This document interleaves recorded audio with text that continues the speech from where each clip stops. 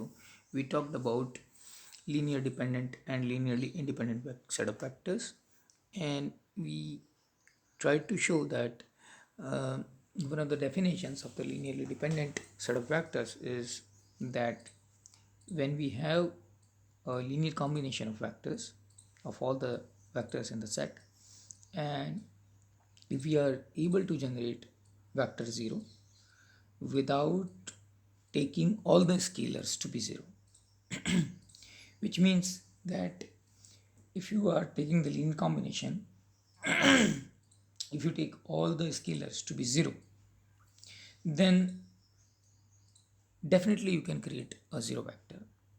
But at least if at least one of the lambda is not 0, even then if you are able to generate a 0 vector, then it is something important. Then we say that the vectors are linearly independent, linearly dependent, and this problem is actually equivalent to solving Ax is equals to 0, where A's column vectors are nothing but the vectors of the set that we are talking about. Right. Now, when we are trying to solve this problem, so we have a matrix A containing the column vectors to be the vectors in the set. X is the scalar multiples that are multiplied to the corresponding vectors, and it should generate 0. Now when we are solving this system of equations or this matrix equation, we are looking for a non-zero solution, at least one non-zero solution. Now this Ax is equals to 0 is called as homogeneous system of linear equations. Why I am saying homogeneous system of linear equations? Because this is actually the constant part is 0. So when the constant part is 0 in the system of linear equations, we say that it is a homogeneous system of linear equations. The interesting fact is that for homogeneous system of linear equation, you always will have a solution, at least one solution. So you can have two cases: unique solution, that is the 0 0 0, and the infinite solutions with 0 0 0 along with some other.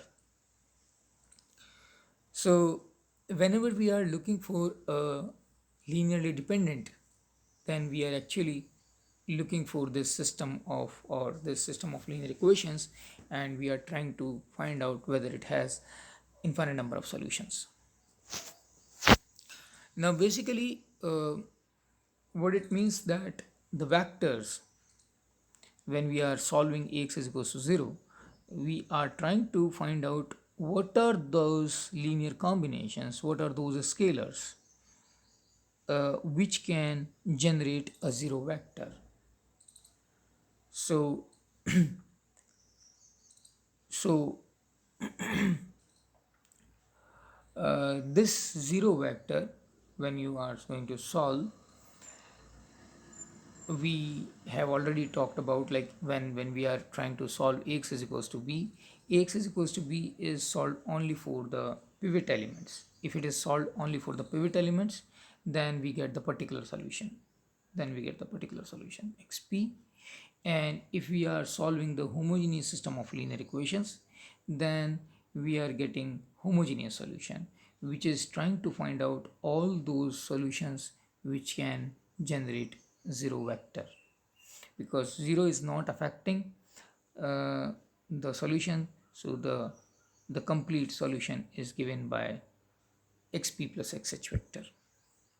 That's how the homogeneous system of linear equations actually has in the things in picture. The trivial solution is the one which is 0 vector, and the non-trivial solution is the solutions apart from the trivial solution. So if a system of linear equation has a non-trivial solution, it means that it has infinite number of solutions. Apart from a 0 vector, it has some other solutions also. And if a system of linear equations do not have infinite number of solutions, then it is then the then the corresponding vectors, the column vectors of the matrix equations, will be linearly independent and has unique solution, the only trivial solution if we are talking about the homogeneous system of linear equations corresponding to it. Okay, now we are trying to talk about a small thing, that if we have a set of vectors b, so we have this set of vectors b, which we say that these vectors are linearly independent. So these k vectors are linearly independent, and we have generated these x vectors, m vectors of set x out of the linear combination of the vectors, these vectors, right? Now we are interested to know whether the vectors of x are are linearly dependent or not. So first of all, we will try to see how we can write x.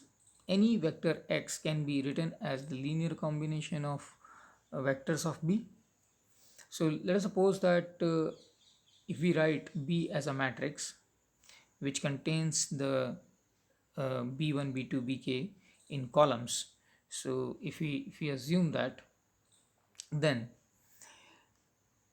xj, any xj can be written as a matrix equation like this one, where lambda is this and j you can actually have anything between 1 to m.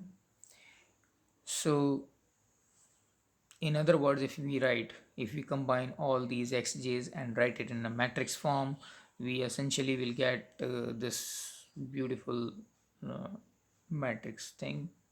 So x is equals to b lambda, where lambda matrix is this one, capital lambda, and b matrix is this one, right? Now if we are talking about the linear combination or linear dependence, the question of linear dependence or independence of x vectors, then essentially we are trying to find out whether this has a non-trivial solution or not. So for some psi xj, non-zero psi xj, can we generate a zero vector? So this problem, this summation, can be written as b lambda j, because we can write every xj vector can be written as a linear combination of uh, the column vectors of b, which can be written as something like this. So you are actually making the linear combination of lambdas instead of the vectors of b. You can make the linear combination of lambdas, and you are trying to see whether uh, this is this can generate a zero or not, because we know that b has all the vectors to be linearly independent. So the thing is that whether this thing in question, what it is, whether this can generate a zero vector or not, or whether this can generate a duplicate vector or not. So we are trying to actually focus on this fact. So the whole idea is, whenever we are looking for the linear independence or linear dependence, and if we are generating the vectors from a set of linearly independent vectors, and now we are trying to know whether the newly generated set is linearly dependent or not, then we may focus only on this lambda matrix. If this lambda matrix contains all these lambda columns, if they are linearly independent, then definitely x is also linearly independent, because b is already linearly independent.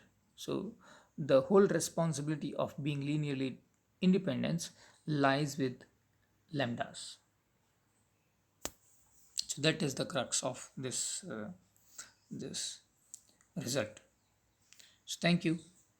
In the next video, we are going to talk about something called what is the smallest set that can represent the entire space that is possibly be generated by the linear combination of vectors. So because essentially we are moving towards that only, so we want to know what is the set which can represent, or what is the smallest number of vectors that can represent the whole space generated out of those interesting vectors. Thank you.